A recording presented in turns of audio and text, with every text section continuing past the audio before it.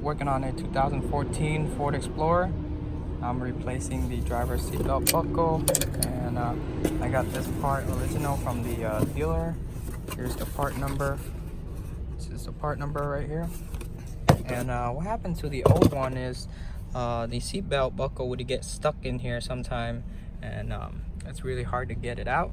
But there's no airbag light at all. But if there's airbag light, it would say something about the seatbelt buckle switch. And you can see this one is a 2-pin.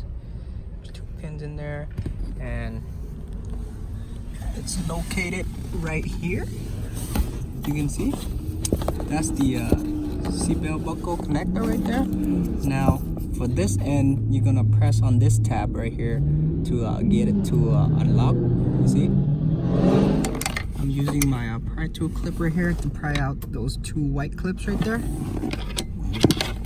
Let's see, it's kind of hard to do this with one hand, but I'll try my best.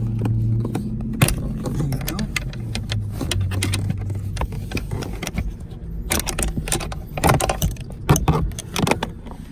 You can see here I got my quarter, and it's way more stubby, the stubby socket.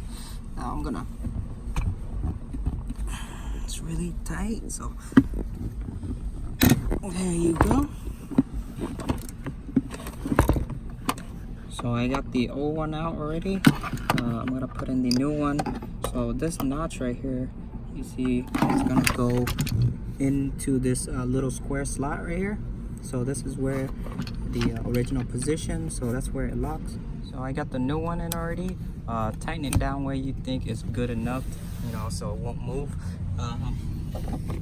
For the connector, just plug it back.